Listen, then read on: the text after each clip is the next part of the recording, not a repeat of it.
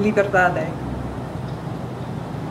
The warp and weft of roads, up hills steep and lush, made for goats and gods, not man. Woven by homes assembled and patched, so close, shadows dominate sun. We are not unaware of our vulnerabilities. Hear the soft blades on our backs, the ache whenever we see flocks gather in forms for voyages south or north. The dreams we have together and alone tell us we should all have wings like a bird to fly above neighbors, to see beyond these hills, to feel the speed of air pushing against our skin. But since our wings will not return, since we are bound to this earth, bound to tilt our heads back and yearn, we press wood to paper, silk, or plastic. We add string and cry to friends and make our kites dance and fight in the blue that cuts the skyline. Brake burn. Truck brakes burning metal down the Spruce Street hill, away from my home, still remind me of 3,000 miles and 13 years away, of South Street Seaport rubble smoldering for months, cool air carrying acrid scent toward the home I shared with my old love. One flight, 2 rooms, many fights, an imperfect refuge from a perfect storm played across 4 continents.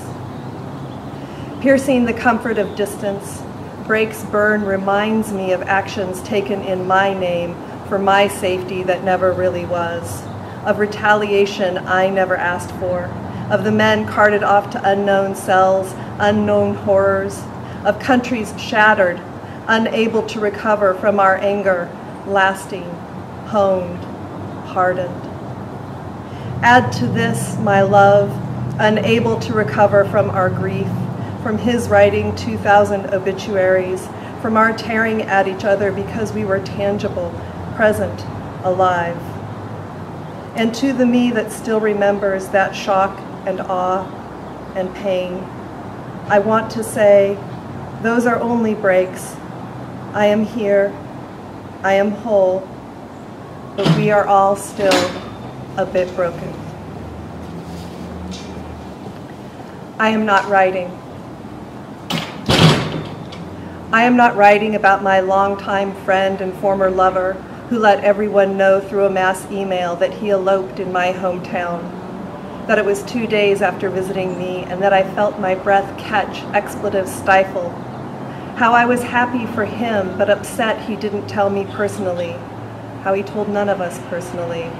How 2 of us tried to Skype him to call him out, or how 1 week later I had already forgotten the confusion and pettiness. I am not writing about the children I will never have, the never wanting, the uncomfortable conversations when I work in other countries, the questions I get here even with greater regularity than I would have thought by now, the fear of getting old without someone to look after me, the children I love in my life, the places I have been able to explore, or the regrets I do not have. I am not writing about the volunteer tomatoes that are spilling over and scenting my yard, reminding me that this ground is fertile and can give back, or the smell of fresh-baked apple pie along the stairway to the traffic circle fountain in the blue, black, gray of dusk's descent, or how I walk there sometimes to hear the rare rush of water in this drought. I am not writing about us, about the beginning languid, the middle warm, the end bittersweet. I am writing about all, about nothing, about writing to write. Thank you.